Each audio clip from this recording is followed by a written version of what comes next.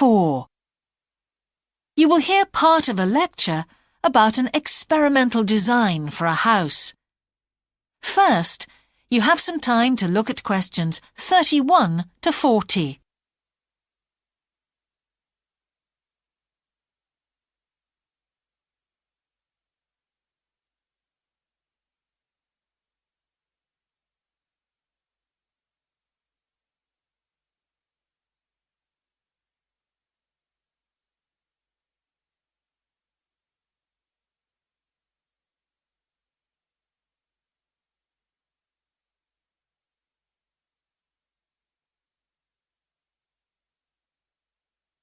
Now listen carefully and answer questions 31 to 40. Good morning. In the last few lectures, I've been talking about the history of domestic building construction. But today, I want to begin looking at some contemporary experimental designs for housing. So, I'm going to start with a house which is constructed more or less under the ground.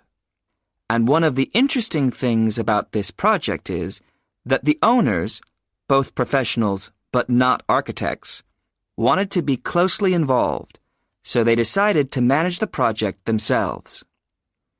Their chief aim was to create somewhere that was as environmentally friendly as possible.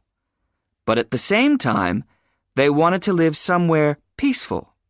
They'd both grown up in a rural area and disliked urban life. So the first thing they did was to look for a site, and they found a disused stone quarry in a beautiful area. The price was relatively low, and they liked the idea of recycling the land, as it were.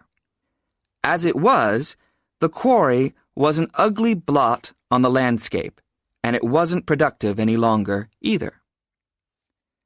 They consulted various architects and looked at a number of designs before finally deciding on one. As I've said, it was a design for a sort of underground house, and it was built into the earth itself, with 2 stories. The north, east, and west sides were set in the earth, and only the sloping south-facing side was exposed to the light.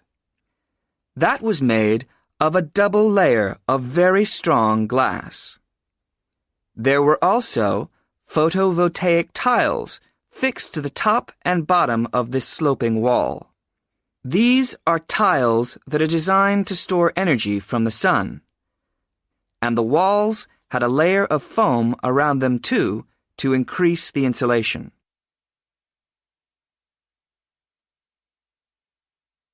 Now, what is of interest to us about this project is the features which make the building energy efficient. Sunlight floods in through the glass wall, and to maximize it, there are lots of mirrors and windows inside the house. That helps to spread the light around. So that's the first thing. Light is utilized as fully as possible. In addition, the special tiles on the outside convert energy from the sun and generate some of the house's electricity. In fact, and it is possible that in future the house may even generate an electricity surplus, and that the owners will be able to sell some to the national grid. As well as that, wherever possible, recycled materials have been used. For example, the floors are made of reclaimed wood, and the owners haven't bought a single item of new furniture. They just kept what they already had. And then there's the system for dealing with the waste produced in the house. This is dealt with organically. It's purified by being filtered through reed beds which have been planted for that purpose in the garden. So the occupants of the house won't pollute the land or use any damaging chemicals. It's true that the actual construction of the house was harmful to the environment, mainly because they had to use massive amounts of concrete, one of the biggest sources of carbon dioxide in manufacturing. And, as you know, this is very damaging to the environment. In total, the house construction has released 70 tons of carbon dioxide into the air. Now that's a frightening thought.